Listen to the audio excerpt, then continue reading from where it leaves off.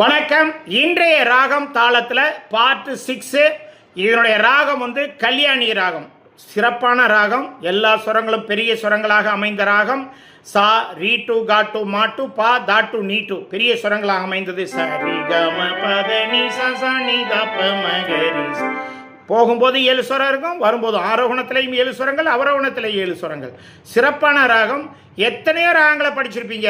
இந்த ராகம் மட்டும்தான் எல்லா சுரங்களும் பெரிய சுரங்களாக அமைந்த ஒரே ராகம் கல்யாணி ராகம். இந்த ராகத்தினுடைய சாகித்யத்தை முதல்ல பாடி தாளம் போட்டு பாடுவோம். அதுக்கு பிறகு அப்படியே நம்ம வாசிக்கலாம். ஓகேங்களா?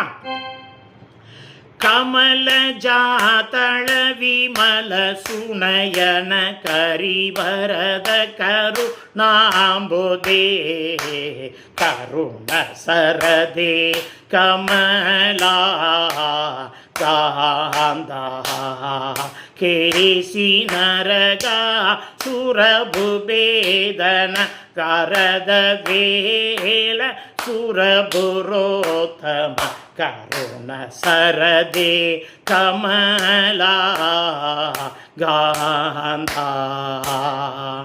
சாகித்யத்தில் பாடி தாளம் போட்டு முடிச்சாச்சு. இதை அப்படியே நம்ம வாய்ச்சி பாடுவோம். ரெடிங்களா?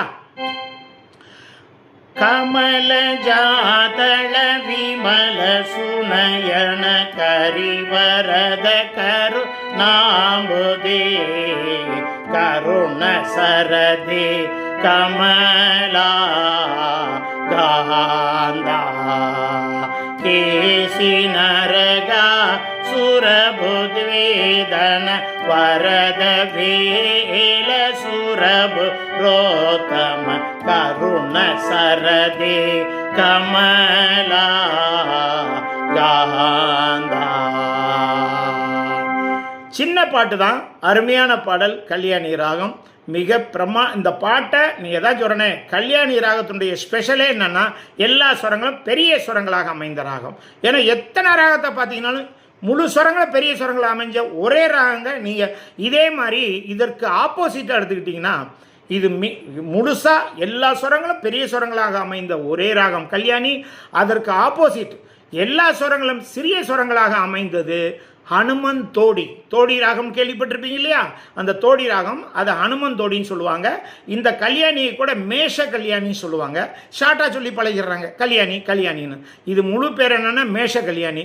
தோடிக்கு என்னென்னா எல்லா சுரங்களும் சின்ன சுரங்களாக அமைந்த தோடி ராகத்துடைய முழு பேர் என்னென்னா ஹனுமன் தோடின்றது பேர்.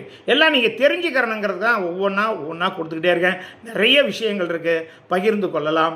இன்றைய ப்ரோக்ராம் முடிஞ்சிருச்சு. நன்றி, வணக்கம்.